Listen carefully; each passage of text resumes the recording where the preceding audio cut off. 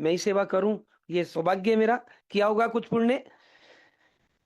देखो, जानते सभी है, मानते सभी है, सिखाते सभी है, लेकिन अवसर सबको नहीं मिल पाता।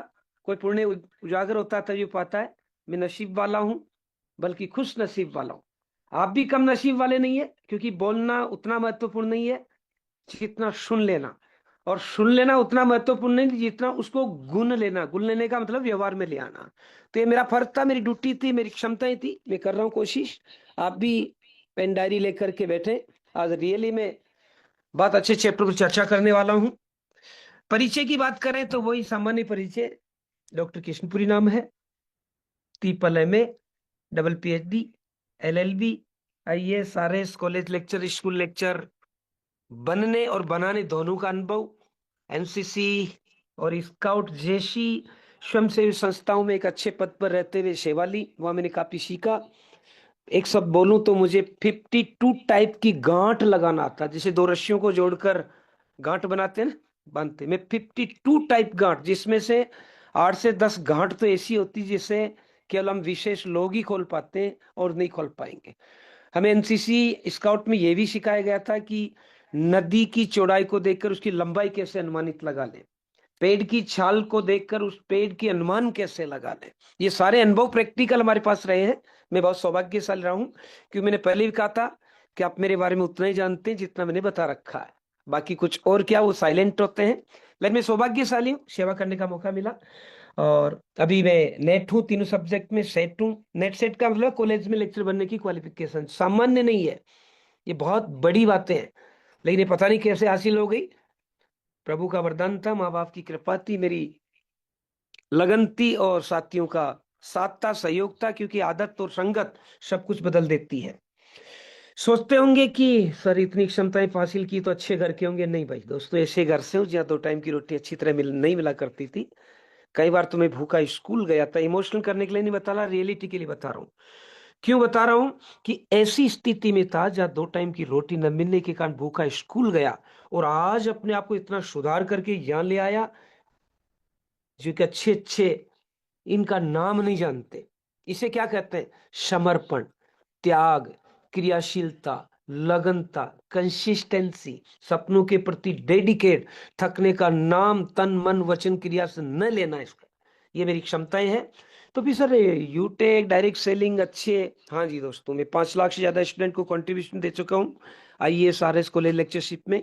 काफी काफी अच्छे रिजल्ट के साथ। राजस्थान का शायद ही कोई जिला ऐसा होगा जो प्रिंसिपल लेक्चर पूरी सर को नहीं जानते होंगे। मेरा सौभाग्य है। 12-13 घंटा रोज काम करता था, पर आवर के हिसाब से वेतन मिलता था। बहुत वेतन, बहुत ज्यादा। तो दाम भी खूब मिलता था, नाम भी खूब मिलता था, काम भी खूब मिलता था। तो फिर सर डायरेक्ट सेलिंग जैसी बदनाम प्लेटफॉर्म आने, ये बदनाम शब्द क्या मेरे समझ में नहीं आया। गाना सुना होगा ना, जो है नाम वाला वही तो बदनाम है। तो जहां बदनाम आ गया इसका मतलब पक्का वो नाम वाला है। चिंता न करें। क्यों आए? वजह यह है कि मैं जितनी क्षमताओं से, जितनी योग्यताओं से काम कर रहा हूं, मेरे नॉमिनी को, मेरे उत्तराधिकारी को वो नहीं मिलने वाली। उसे अगर ये सुख सुविधाएं, ये पद प्रतिष्ठा लेनी है तो इतनी ही मेहनत करनी पड़ेगी जो संभव नहीं है। लेकिन डायरेक्ट सेलिंग में ये संभव है। आप कोहिनूर डायमंड बनकर यहाँ संसार से जाते हैं तो आपके नॉमिनी को पद, सम्मान ज्यों का त्यों ट्रांसफर होने वाला। इसलिए मैं इधर आया। दूसरा, जहां अभी हूँ, भगवान न करे कुछ हादसा हो जाए, वो तो होना है, क्योंकि जन्म मरण प्रण तीनों किसी के हाथ में नहीं है। ये तो होना ही है। जब जाऊंगा संसार से तो क्या छोड़कर जाऊंगा? कोई खास नहीं। लेकिन डायरेक्ट सेलिंग में जो एम्परर मैंने खड़ा किया, जो टीम मैंने खड़ी की, जो प्रतिष्ठा मैंने खड़ी की, वो ज्यों की त्यों नॉमिनी को ट्रांसफर हो जाएगी। यानी एक पीढ़ी की बचत, फैमिली सिक्योरिटी। और मैं जिस पद पर आज हूं, गजेटेड ऑफिसर हूं, मैं चाह कर भी किसी को गजेटेड नहीं बना सकता। तैयारी करवा सकता हूं, उसका नॉलेज बढ़ा सकता हूं, बना नहीं सकता। लेकिन यूटेक में मैं अगर डायमंड हूं तो डायमंड बनाने की क्षमता रखता हूं, और बना भी रहे हैं लोग। तो 3 मुख्य कारणों ने मुझे अट्रैक्ट किया, आकर्षित किया, लुभाया, सुझाया, बुलाया। क्या? नॉमिनी को जो कहती हूँ ट्रांसफर होना, क्या एक पीढ़ी की बचत हो जाना, क्या मैं जो हूं बना सकता हूँ। ये मेरे क्लियर है, मेरा ड्रीम, मेरा लक्ष्य क्लियर है कि मैं इसमें इसलिए आया हूं। ऐसा आप भी क्लियर रखोगे, फिर आपको कोई गुमराह नहीं कर पाएगा। मुझे भी करते हैं। मोबाइल रिचार्ज में इतना सा मिलता है, इतनी तनख्वाह, क्या करेगा? तो मैं तो सीधा बोलता हूं कि हम भी दरिया में अपना हुनर पहचानते हैं। जिधर भी निकल पड़ूंगा रास्ता हो जाएगा, और रास्ता हो जाते हैं तो लोग देखते रहते हैं। दोस्तों, आसन की जरूरत नहीं है। सिंह जहां बैठ जाता है वही सिंहासन होते हैं। तो युटेक ज्ञान जहां बैठ जाते हैं वहां युटेक स्वतः ही उजागर हो जाता, प्रफुल्लित हो जाता, संचारित हो जाता। आप काबिल बने पूरे मन से, मैं ये विश्वास दिलाता हूं। वैसे तो आपको होना भी चाहिए। मैं लॉयर भी हूं, आरजेएस का इंटरव्यू दे चुका हूँ, मजिस्ट्रेट जिसे बोलते हैं, जानता समझता हूँ। और अपने जन्मदाता यूटेक के भी लॉयर है। वो कोई कमी लीगल छोड़ते ही नहीं है। इसलिए आप 100% विश्वस्त रहिए। आप ही नहीं, आपकी पीढ़ी भी उतनी मान सम्मान से यूटेक को करने वाली है। भ्रमित रहोगे तो पीछे रहोगे। तो कंपनी की लीगली की तरफ से तो आपको रत्ती भर भी विचलित नहीं होना। रही बात इनकम आती है कि नहीं, तो अभी भी कोहिनूर सर की देखी, डायमंड सर की देखी, प्लेटिनम लोगों की देखी, इनकम तो आती है। लेकिन कैसे आती है? एक्टिव प्लान है, काम करने से आती है, सोने से नहीं आती है।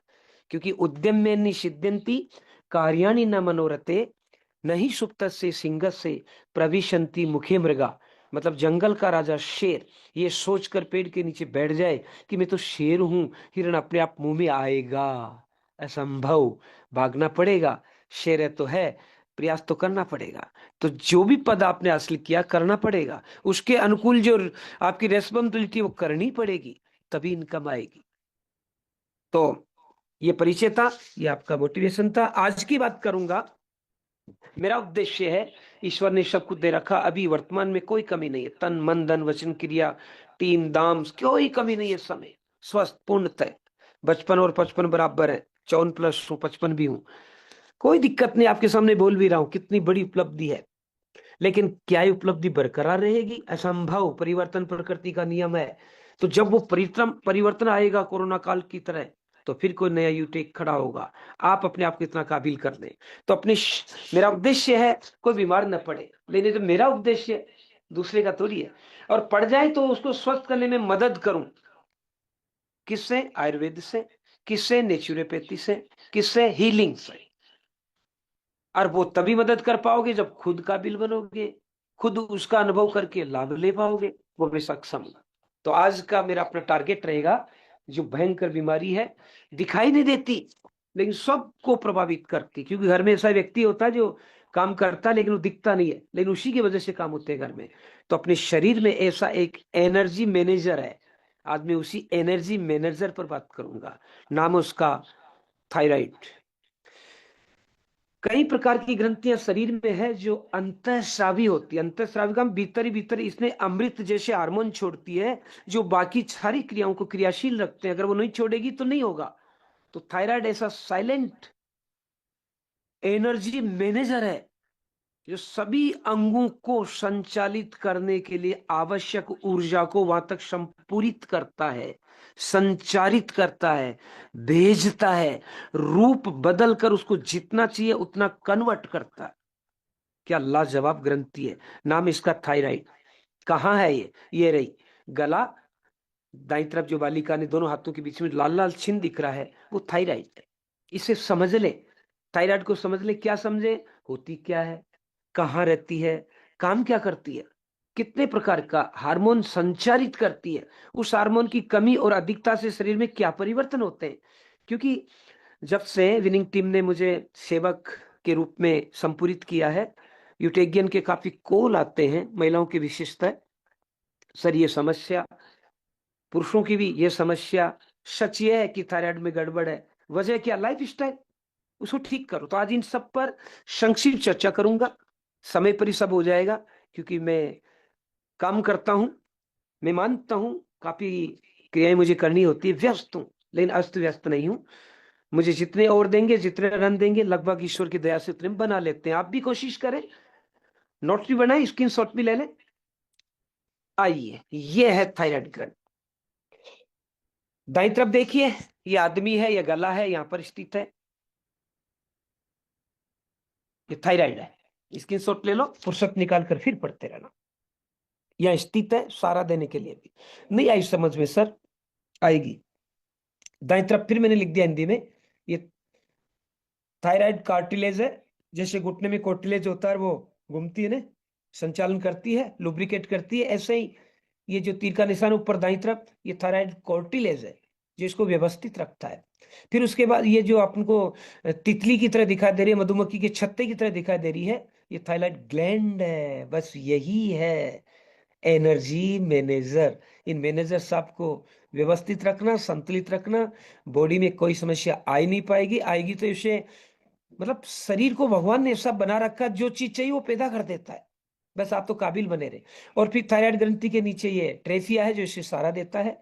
फिर नीचे ये क्लिनिकल से जो इसको सहयोग देता है।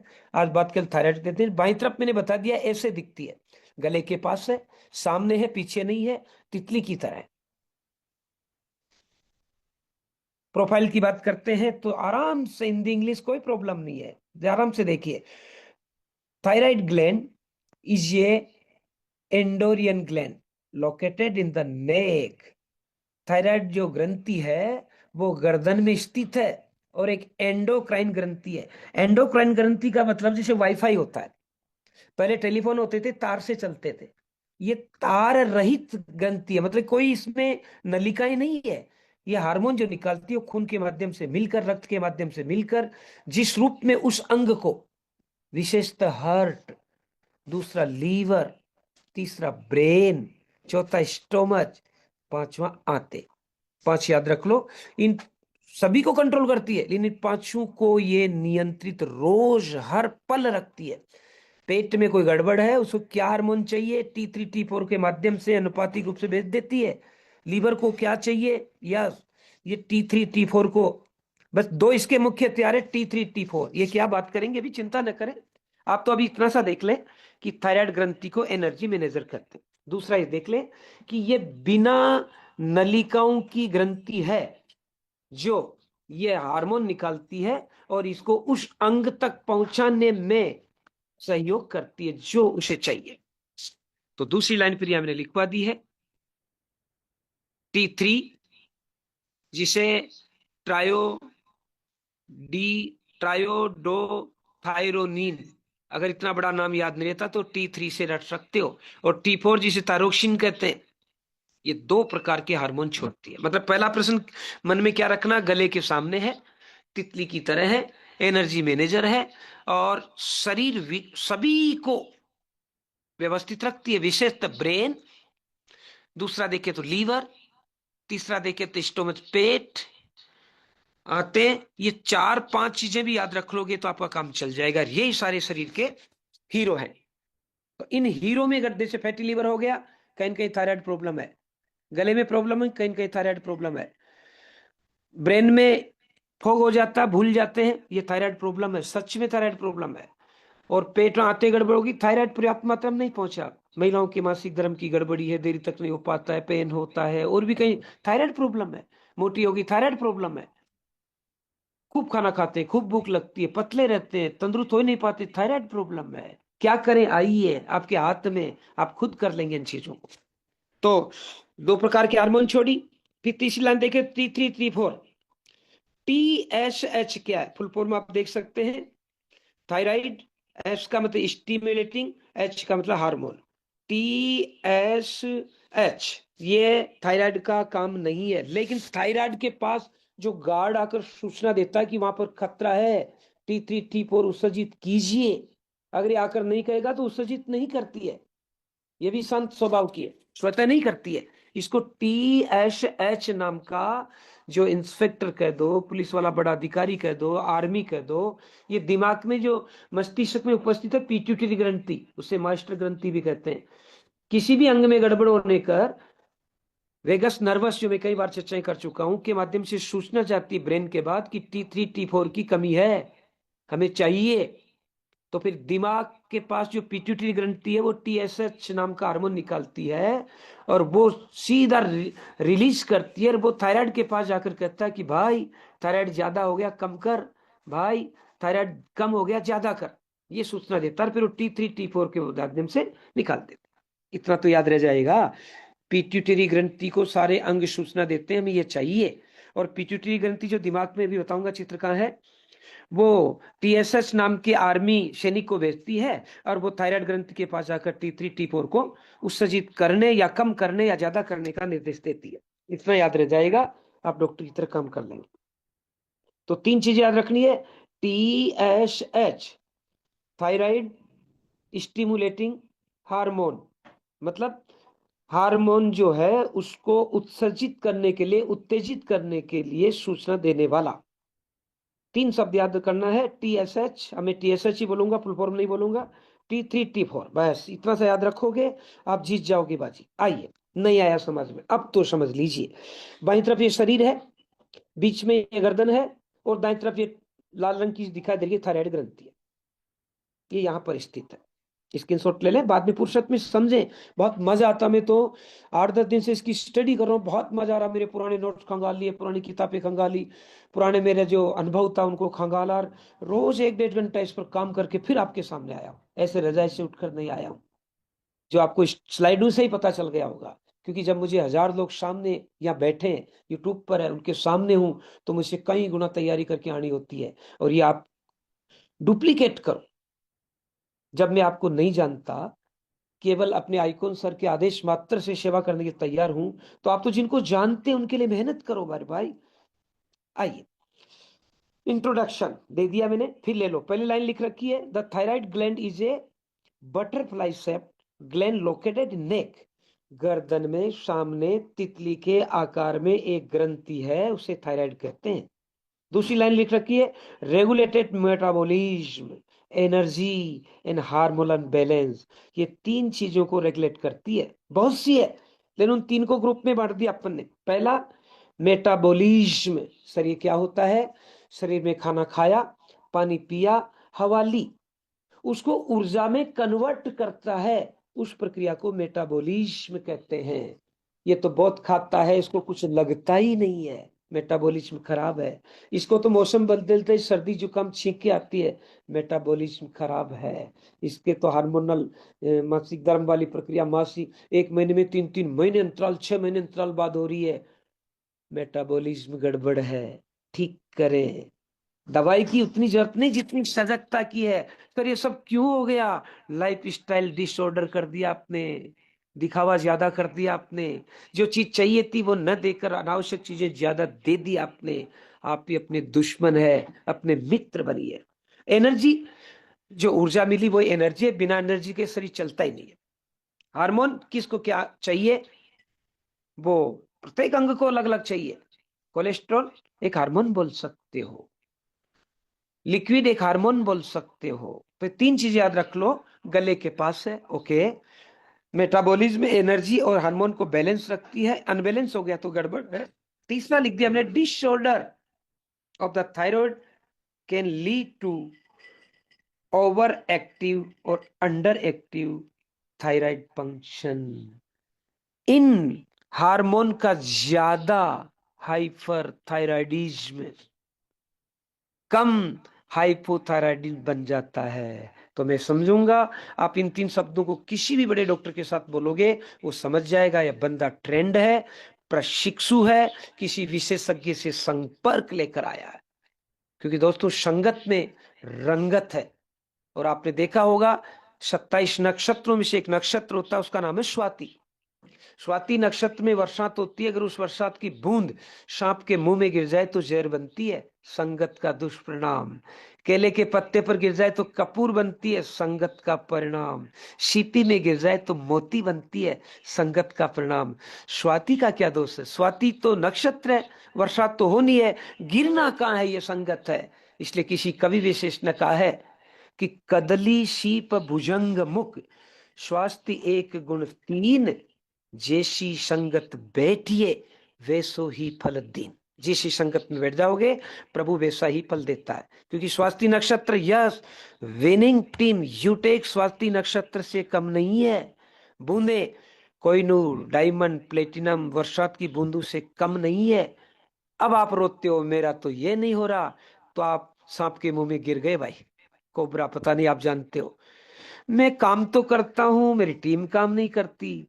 कप केले के पत्ते पर गिर गए, कपूर तो बन गए, खुशबू तो आ रही आप में, लेकिन और बन गए डायमंड कोहिनूर, तो आप सीपी के मुंह में गिरे थे इसलिए मोती बन गए।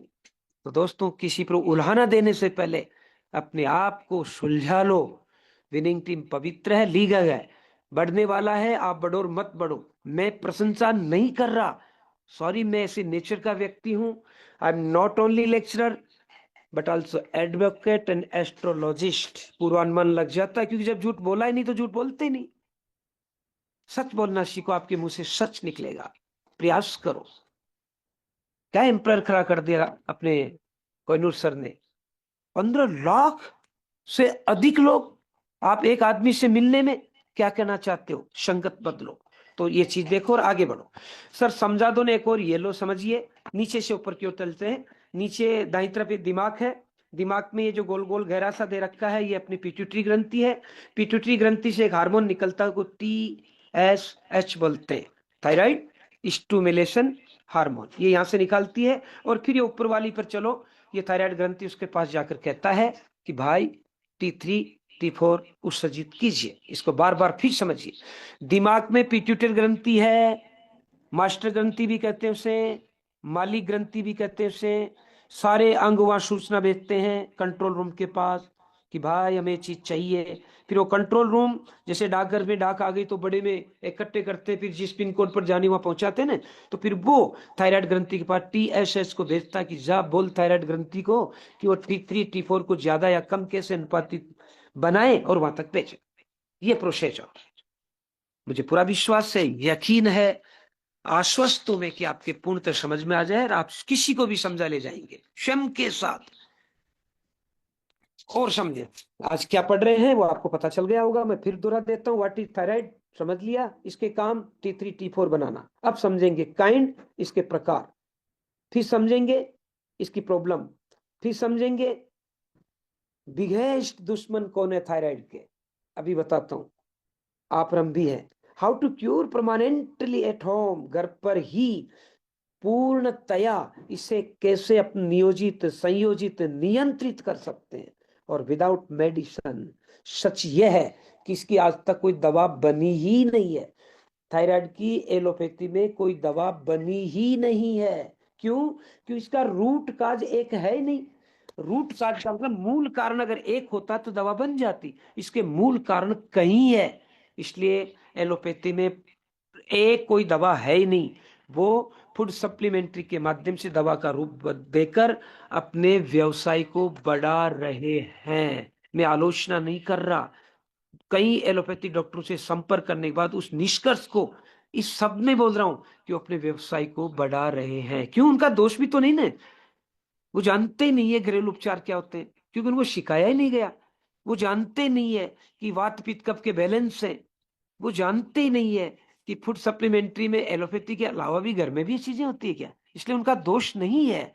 इसलिए मैंने व्यवसाय बोला, और व्यवसाय बोलना कोई गलत बात नहीं है। आप हम भी तो व्यवसाय कर रहे हैं, लेकिन अपना व्यवसाय हेल्थी, और उनका व्यवसाय जो है वो जाने। मेरा यहाँ पर्पज किसी पर कटाक्ष करना नहीं, आपको अलर्ट करना। आज मैं आपके श्री रामबाण औषधियां देकर जाऊंगा कि 6 से 9 महीने में कितनी भी भयंकर, 6 से 9 महीने, यस टाइम लगता, जब का आप बढ़ाने में 10 साल लग गया तो आज की आज खत्म नहीं होगी। 6 से 9 महीने में थायराइड को आप जड़ से खत्म कर देंगे। जड़ से खत्म कर देंगे, दोबारा नहीं होगी। इतना बड़ा अनुभव आपके पास शेयर कर रहा हूं। हाँ, इसको अपना दोस्त तो आप 15 दिन में बना लेंगे, और दोस्त बना लिया तो दोस्त तो फिर नुकसान करता ही नहीं। इसलिए 15-20 दिन में आप इस बीमारी से, दुष्प्रभाव से बचना तो प्रारंभ कर दोगे। लेकिन इसे पूर्णतः दोस्त बनाने में 6 से 9 महीने लगेंगे। आप रेगुलर रहना ये जो बता रहा हूं इसे करने के लिए। हार्मोन को इंपॉर्टेंट है कौन कौन सा? ये रेगुलेट करते हैं मेटाबॉलिज्म को। खाना पानी हवा जो अपन लेते हैं उसको ऊर्जा में बदलने की प्रक्रिया को मेटाबॉलिज्म कहते हैं। और मेटाबॉलिज्म को ठीक कर लो, थायराइड ठीक हो जाएगा। सर मेटाबॉलिज्म कैसे ठीक करें? विटामिन C लीजिए। आंवला में है, सी बकथ्रोन में भरपूर है। सी बकथ्रोन जितना तो आंवला किसी में है ही नहीं। तो लीजिए सी बकथ्रोन, मेटाबॉलिज्म ठीक हो जाएगा। लीजिए नोनी जूस, मेटाबॉलिज्म ठीक हो जाएगा। लीजिए यूटेमाइन टेबलेट, मेटाबॉलिज्म ठीक हो जाएगा। लीजिए रोजाना ग्रीन टी और फेनल, मेटाबॉलिज्म ठीक हो जाएगा। लीजिए प्रोटीन, मेटाबॉलिज्म ठीक हो जाएगा। तो कर तो दिया अपने थायराइड का इलाज। अभी आपको डायग्राम से भी बताऊंगा। दूसरा, रेगुलेट ग्रोथ हार्मोन, बढ़ने वाले हार्मोन, जिंक जिसमें होता है। जिंक जिसमें होता है वो बढ़ाने के लिए काम करता है। और मैंने आपको कई बार बता दिया है, योका सिरप में जिंक होता है। योका सिरप लीजिए, गले के इंस्पेक्शन को और फेफड़ों के इंस्पेक्शन को खत्म करेगा। त्रिफला लीजिए, पेट की रातों की गड़बड़ को ठीक करेगा।